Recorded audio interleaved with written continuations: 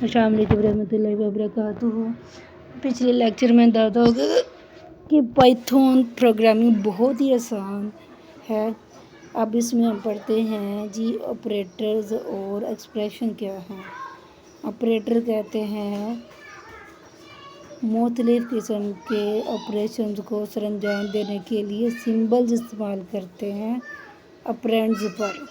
अब एक्सप्रेशन क्या है जी, ऑपरेटर्स का मिलाप एक्सप्रेशन कहलाता है और ये रिज़ल्ट के लिए कुछ वैल्यूज़ बनाता है। मिसाल के तौर पर यहाँ लिखा हुआ है मुख्तलिफ़ किस्म के ऑपरेटर्स पाइथन में काम करते हैं।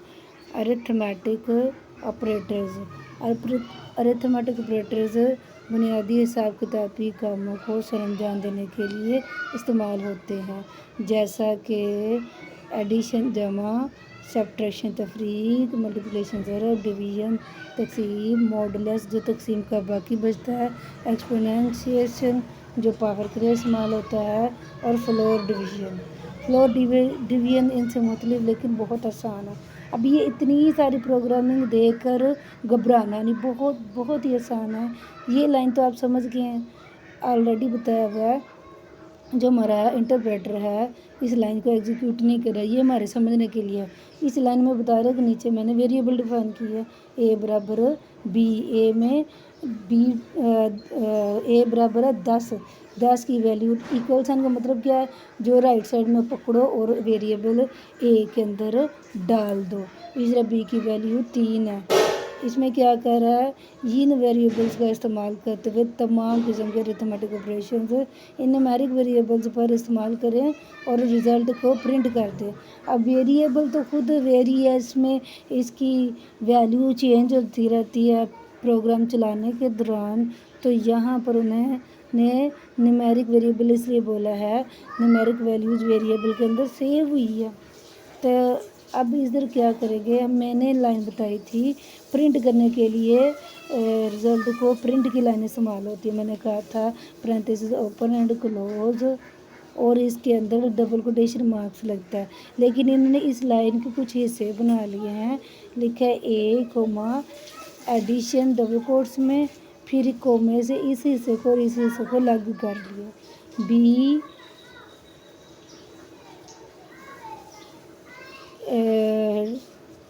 कोमा डबल कोटेशन में इक्वल साइन, फिर ए जमा बी।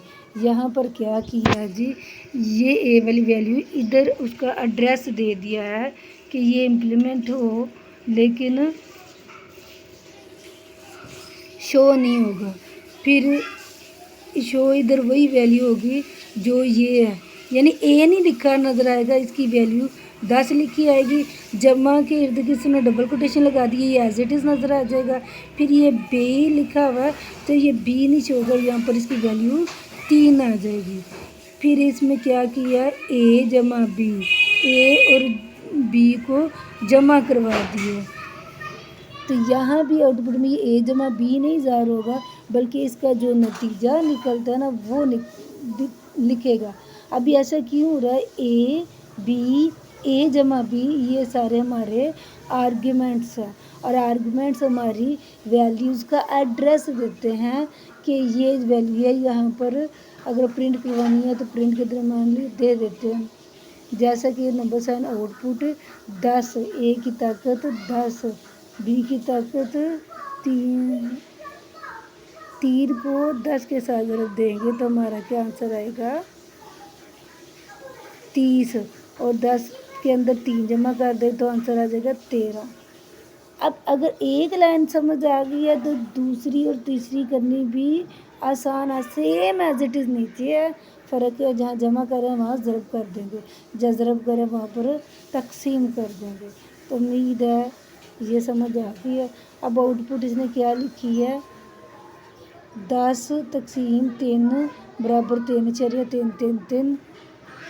ये था हमारा आउटपुट। ये 3 और 10 को पहले जमा किया,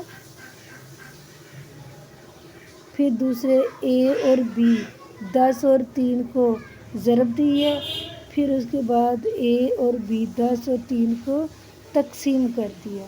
अब क्या है जी, आउटपुट ज़ाहिर कर रहे हैं 10 तकसीम 3 बराबर है 3 शरिया 3 3 3। उसके बाद ये प्रिंट करवाया है A double slash B equal A double slash B। ये फ्लोर डिवीज़न, जब A सिंगल स्लैश है जो तो डिवीज़न होता है, डबल स्लैश है जो तो ये होता है फ्लोर डिवीज़न। बिल्कुल ऐसे ही अगर 10 टॉफ़ियाँ आपको 3 बच्चों में तकसीम करनी है तो जो एक टॉफ़ी बची वो तीनों बच्चों में आधी आधी करके कोई नहीं इस्तेमाल करेगा, तो इसे हम कहते हैं फ्लोर डिवीज़न। जो नीचे आ गया उसका कोई हिसाब नहीं। फिर प्रिंट क्या है A स्लैश 3 यानी तकसीम किया हुआ, और यहाँ पर A डबल स्लैश B क्या किस ऑपरेटर है इसका, फ्लोर डिवीज़न। तकसीम करना है इनको, यहाँ पर लिखेगा A double slash B, answer आएगा ये 10 तकसीम 3। 3 के साथ किया तो 3 3 9, तो इसका जवाब सिर्फ़ और सिर्फ 3 आएगा, क्योंकि वो आधी टॉफ़ी तो याद है, वो आधी टॉफ़ी कोई भी नहीं लेगा, उसको शो भी नहीं करेगा।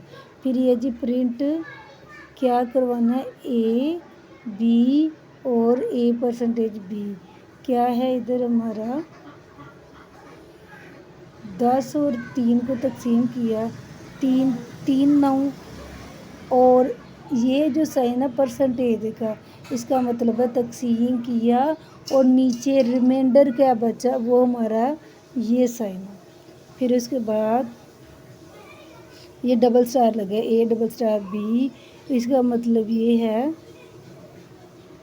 कि A की ताकत B है, कितनी बार 2 बार। अगर ये 3 स्टार लगा दिए तो A की ताकत B3 होना था, तो यहाँ पर आउटपुट दिया है 10 स्टार 3 बराबर है 1000 के, यानी 10 के साथ 3 को ज़रब दें तो ये वाला हमारा आंसर आ गया।